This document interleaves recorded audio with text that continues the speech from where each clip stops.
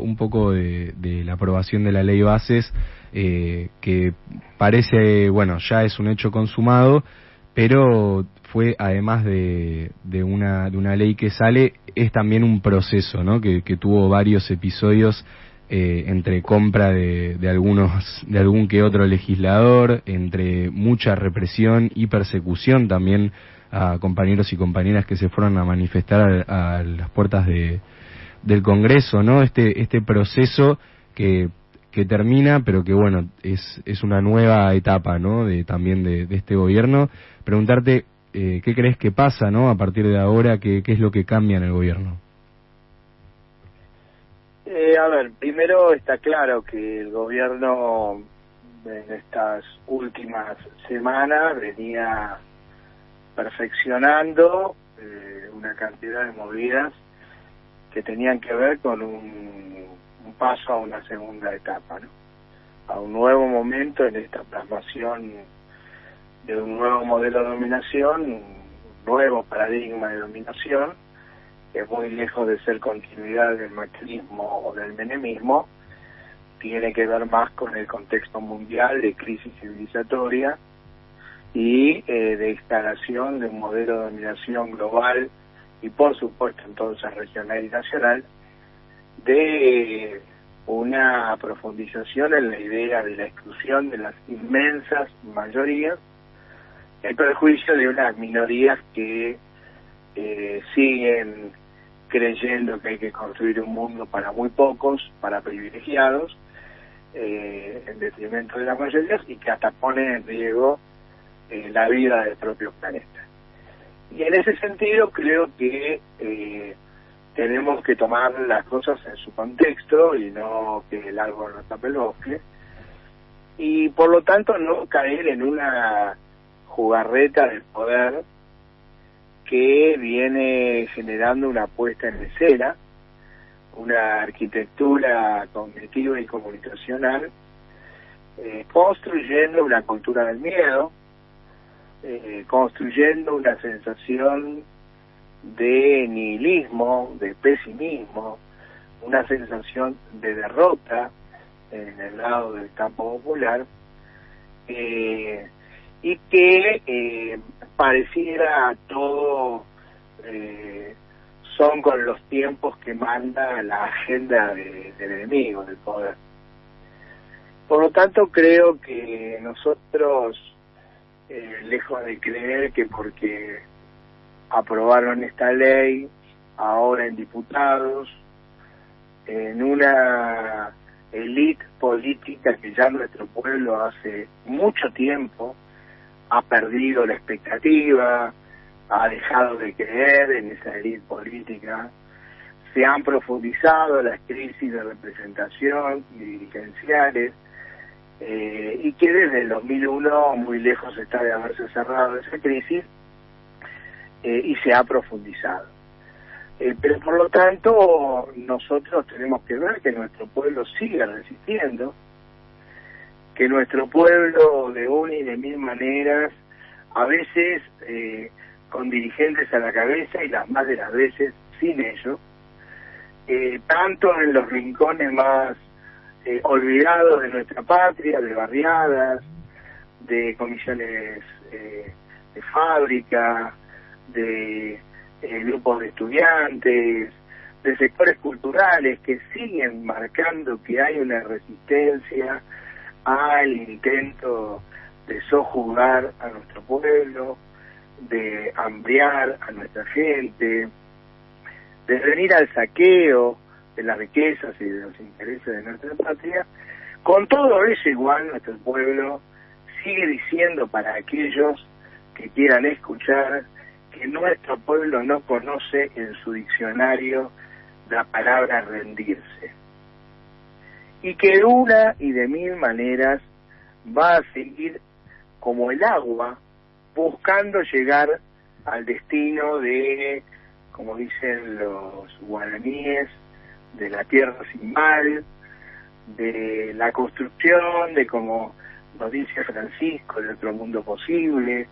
Los zapatistas de un mundo donde quepan todo el mundo, y los peronistas seguimos hablando de una patria justa, libre y soberana.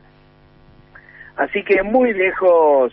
de creer que porque en realidad ya era un secreto a voces, que las distintas tradiciones iban a hacer posible que en el Congreso nuevamente se marcara este nivel de continuidad de una élite ya lejos de la gente, lejos del pueblo. Nuestro pueblo seguirá buscando, como el agua, por dónde quebrar el dique, por dónde seguir el camino, por dónde seguir construyendo el anhelo, los sueños, las alegrías, y por supuesto, también muy lejos de lo que quiere el enemigo, nosotros tenemos que seguir sembrando la esperanza. Lito, recién hablábamos de cómo el poder real hace y deshace a su gusto, y que se veía sobre todo muy reflejado en particularmente el apartado de los superpoderes que le dan al poder ejecutivo, o particularmente al presidente. ¿Qué crees que pasa metiéndose un poco también con poder definir lo que les plazca respecto de la soberanía de nuestro país? ¿Cómo analizás esto que ya pasaba con el decreto que se promulgó en diciembre del año pasado? ¿Cómo analizás que esto genere a largo plazo lo que pasa en un futuro, con el futuro de nuestra patria, así sea que haya ley o no sobre eso? Mira, Malu, creo que no hay que leer nada más que lo que creemos pasa en nuestra comarca. Ya hace algunos años atrás, los movimientos populares veían que había una crisis multidimensional. En esa crisis multidimensional estaba claro que había una crisis de la política y una crisis de las democracias, tal cual las conocemos las últimas 4, 5, 6 décadas. En eso, como bien vos lo decís, el poder fáctico tiene de rehén a esa democracia. Ha secuestrado a la democracia, y hoy tenemos democracias en donde en realidad son una gran parodia, son una gran actuación, porque el poder fáctico se ha quedado con los instrumentos en donde en aquellas democracias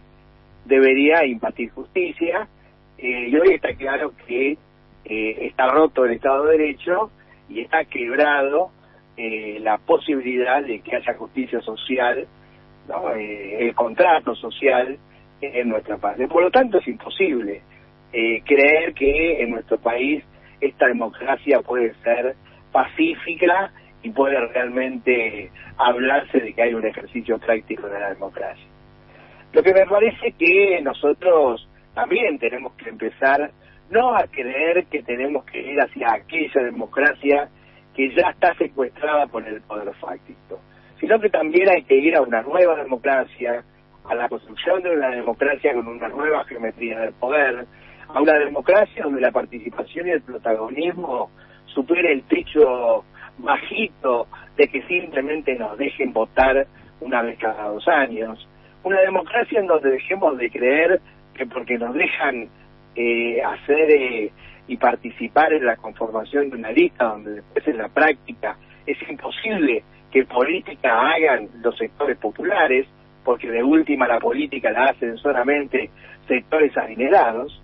Política y políticos que muchas veces parafrasean imaginarios populares y nacionales, pero que después en la práctica, cuando tienen que llevar adelante el ejercicio de ese poder que les damos cuando lo votamos, bueno, nos quedamos a mitad de camino.